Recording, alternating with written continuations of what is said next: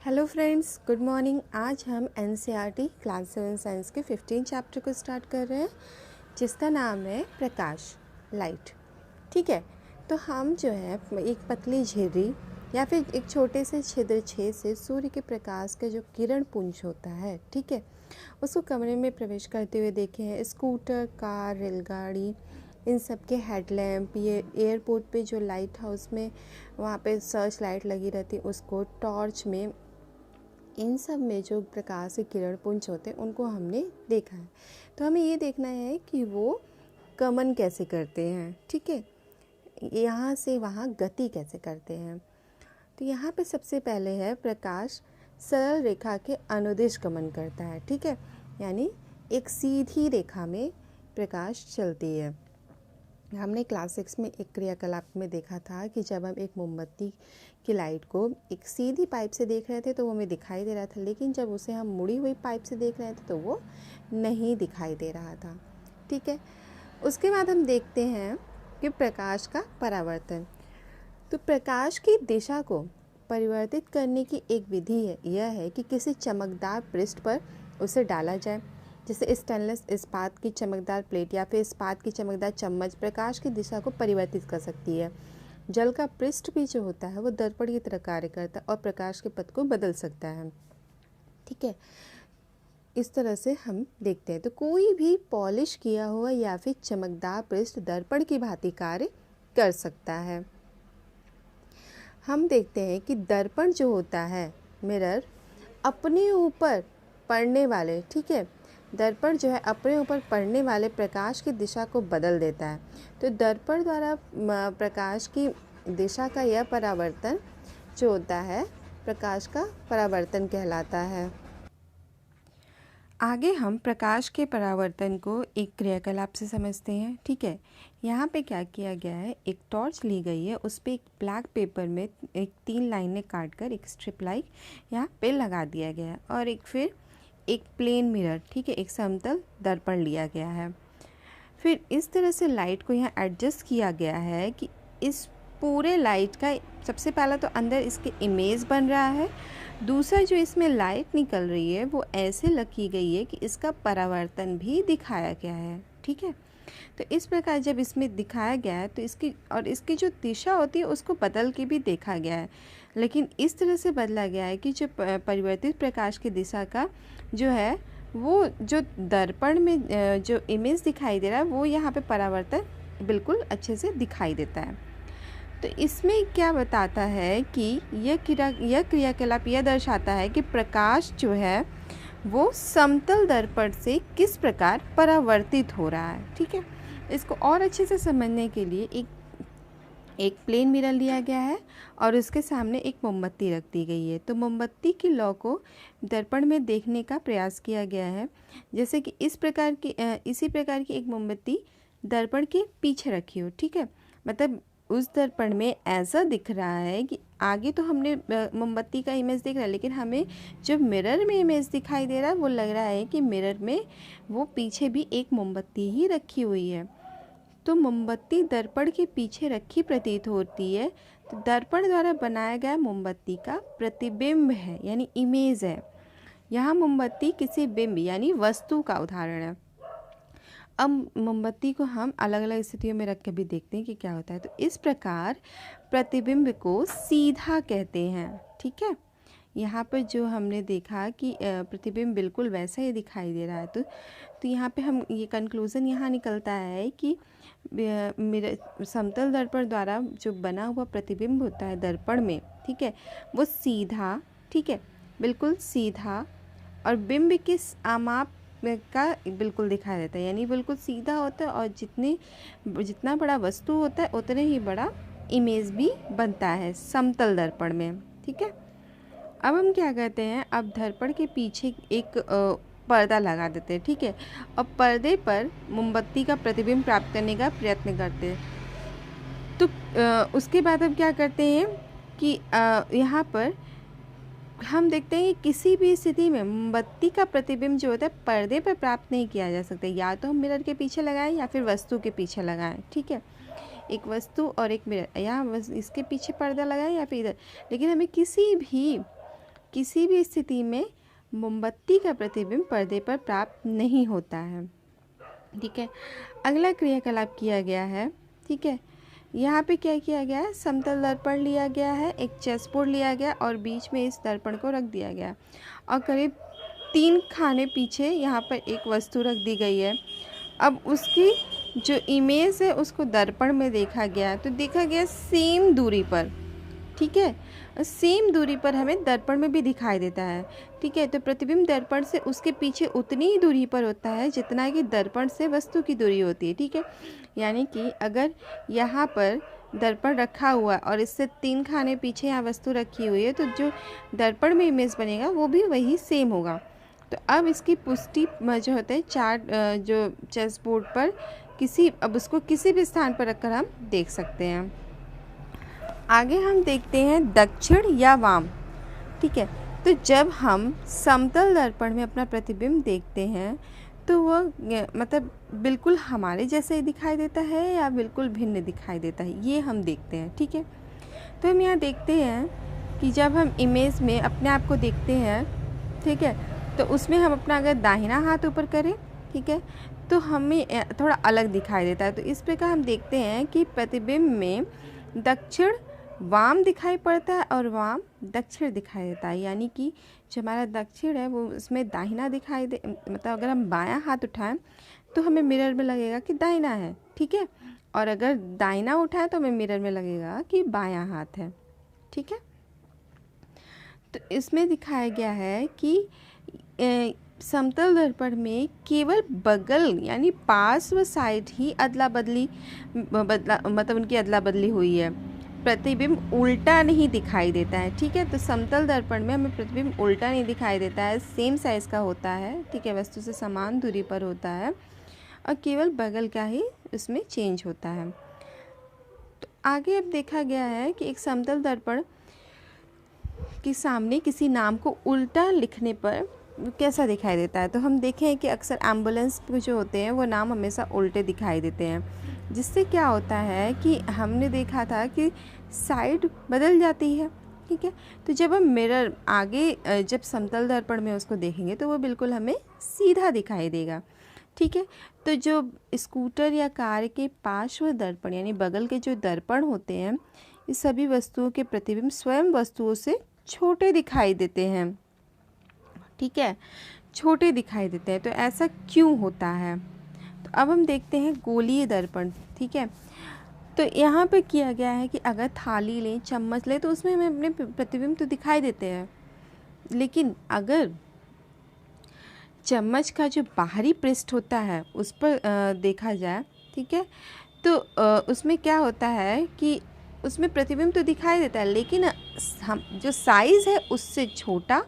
ठीक है, तो ये एक प्रकार के दर्पण की तरह कार्य करता है। ठीक है, लेकिन अगर जो थाली का होता है उसमें सीधा और समान साइज़ का दिखता है। इसके लिए क्या किया गया है कि यहाँ पर एक स्टेनलेस इस्पात की एक चम्मच ली गई है और चम्मच के बाहर के पृष्ठ को उसमें चेहरे के पास लाकर देखा जा रहा है। तो जैसा कि प्रतिबिंब जो है समतल दर्पण में हमने देखा था, यहाँ पर देख रहे हैं उससे थोड़ा भिन्न है। तो अब जो चम्मच के भीतरी पृष्ठ का उपयोग करके हम अपना प्रतिबिंब देखते हैं। ठीक है, तो इस बार हमको प्रतिबिंब क्या दिखाई दे रहा है? सीधा और बड़ा। अगर हम चम्मच के अंदर देख रहे हैं तो सीधा और बड़ा, और बाहर देख रहे हैं तो क्या हो रहा है? उल्टा और छोटा। ठीक है, तो इसमें क्या बताया जा रहा है कि जो चम्मच का वक्रित चमकदार पृष्ठ एक दर्पण की भांति कार्य करता है। वक्रित, ठीक है, यानी बाहर का।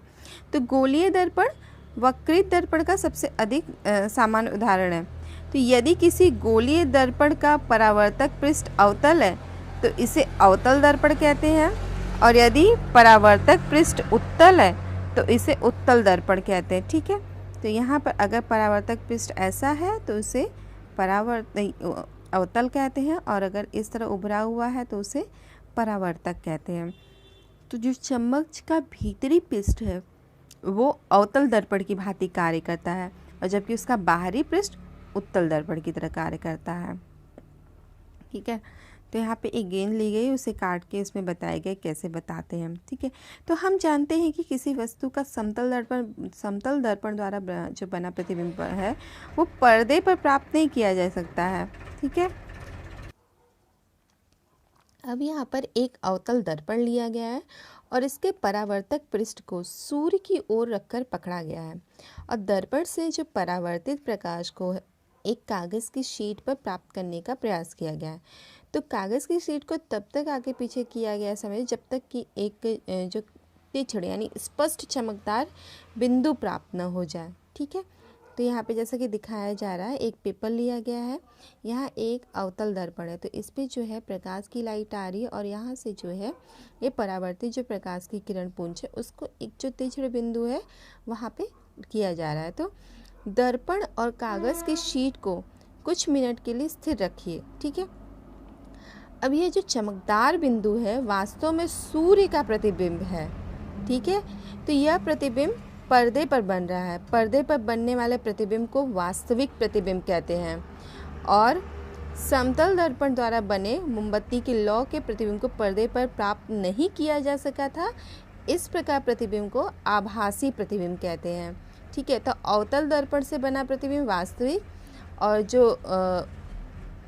जो समतल दर्पण से बना प्रतिबिंब है वो आभासी। ठीक है, अब हम आगे देखते हैं कि यहाँ पे क्या किया गया है कि एक अवतल दर्पण को लिया गया है। ठीक है, अवतल दर्पण को लेके उसे यहाँ स्टैंड में लगा दिया गया, उसके आगे एक मोमबत्ती कुछ दूर पर रखी गई और यहाँ एक पेपर लगा दिया गया है। ठीक है, अब उसको एडजस्ट करके अब मोमबत्ती का जो इमेज है वो पर्दे पर लेने की कोशिश की जा रही है। तो पर्दे पर मोमबत्ती की जो पर्दे को मोमबत्ती की जो इमेज के लिए वो दर्पण को थोड़ा एडजस्ट किया जा रहा है। ठीक है, उसके बाद क्या होता है कि अब मोमबत्ती को जो दर्पण की ओर लाने पर इससे अलग अलग दूरियों पर रखने पर हमें अलग अलग तरह का प्रतिबिंब जो होता है वो पर्दे पर पाना संभव है। तो हम देखते हैं कि अवतल दर्पण द्वारा बना प्रतिबिंब साइज में वस्तु से छोटा या बड़ा हो सकता है। ठीक है, अवतल दर्पण द्वारा बना प्रतिबिंब वस्तु से छोटा या बड़ा हो सकता है।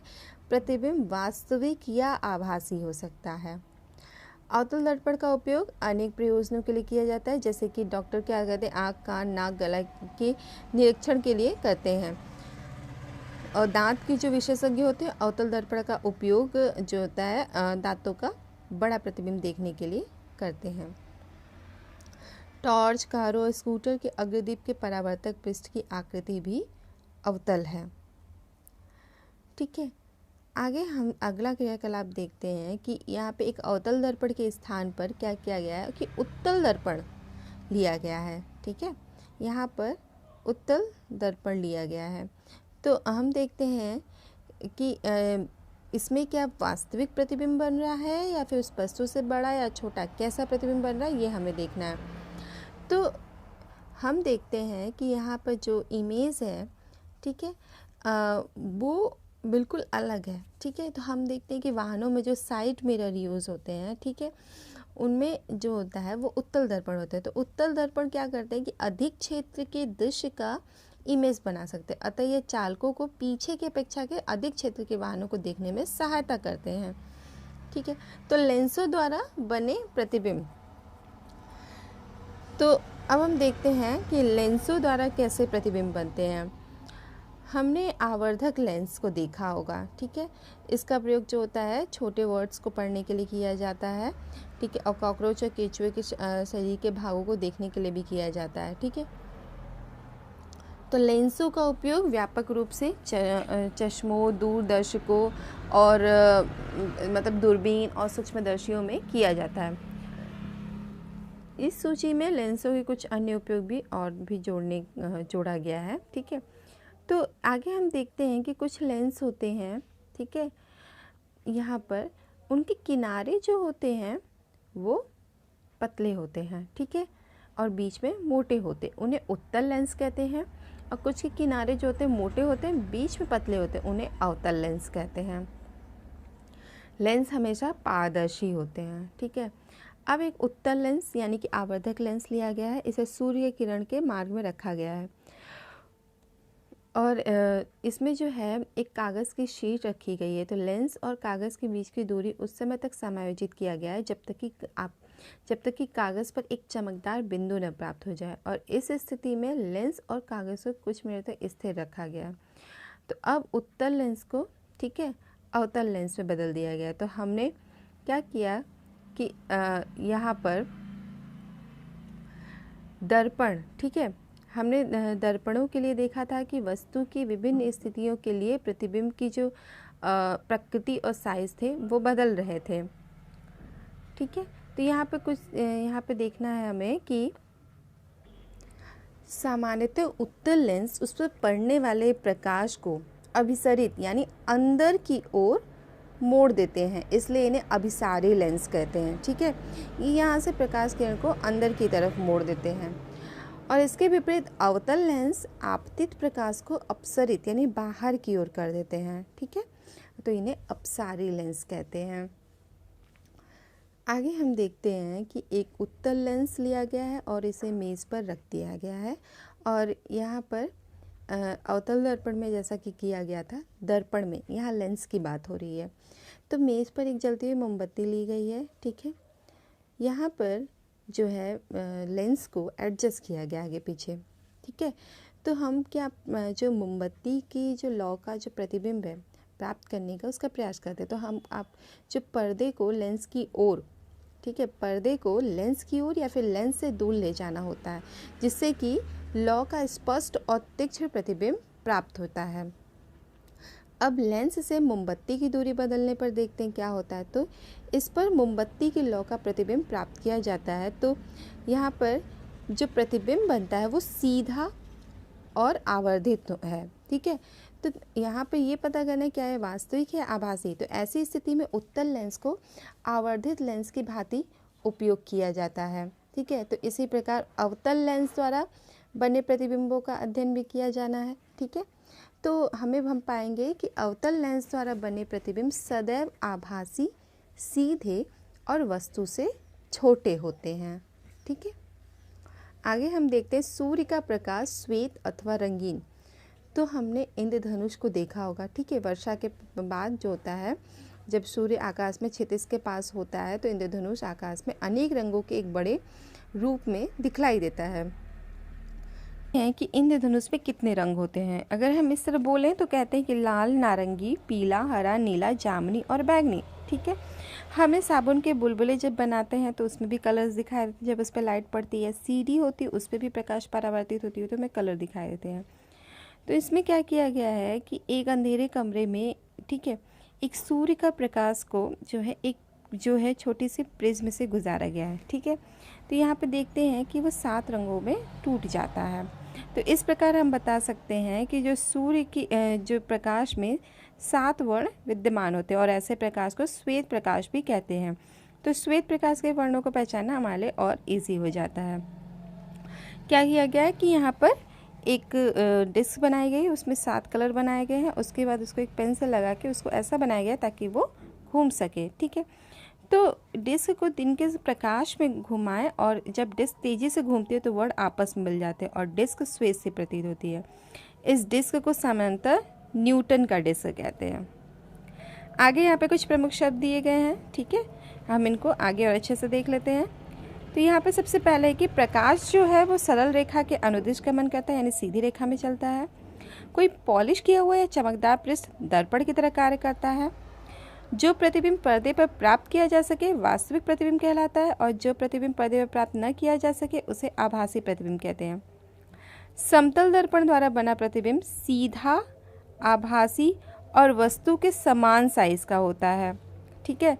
प्रतिबिंब दर्पण के पीछे उतनी ही दूरी पर बनता है जितने के दर्पण के सामने वस्तु की दूरी होती है, ठीक है। तो ये हमारा समतल दर्पण के बारे में है। आगे हम देखते हैं दर्पण द्वारा बने प्रतिबिंब में वस्तु का वाम भाग प्रतिबिंब के दक्षिण भाग की भांति दिखाई देता है, और बिंब का दक्षिण भाग प्रतिबिंब के वाम भाग जैसा दिखाई, यानी कि दाहिना बायां दिखाई देता है और बायां दाहिना। अवतल दर्पण वास्तविक और उल्टा प्रतिबिंब बना सकता है।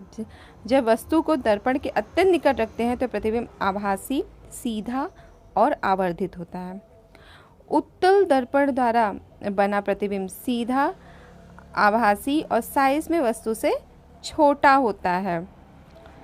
उत्तल लेंस वास्तविक और उल्टा प्रतिबिंब बना सकता है। हमें यहाँ पे जो एग्ज़ाम के पॉइंट ऑफ व्यू से सबसे इम्पॉर्टेंट है कि दर्पण और लेंस कैसे बना रहे हैं, ठीक है, वो हमारे लिए बहुत इंपॉर्टेंट है। तो उत्तल लेंस जो है वो वास्तविक और उल्टा प्रतिबिंब बना सकता है। जब वस्तु लेंस के अत्यंत निकट रखा होता है तो बनने वाले जो प्रतिबिंब होते हैं वो आभासी, सीधा और आवर्धित होता है, यानी जब बहुत पास रखा होता है तब। जब उत्तल लेंस को वस्तुओं को आवर्धित करने के लिए देखने के लिए उपयोग किया जाता है तो आवर्धक लेंस कहते हैं, यानी छोटे को बड़ा करके। अवतल लेंस सदैव सीधा, आभासी और साइज में वस्तु से छोटा प्रतिबिंब बनाता है। श्वेत प्रकाश 7 वर्णों का मिश्रण है। तो इस प्रकार हमने ये चैप्टर देखा। तो हमारा वीडियो कैसा लगा हमें ज़रूर बताइएगा, और इससे रिलेटेड कोई भी क्वेरी होगी तो हमारे कमेंट बॉक्स में ज़रूर लिखिएगा, और इसे लाइक, शेयर और सब्सक्राइब भी ज़रूर करिएगा। Thank you. Have a good day.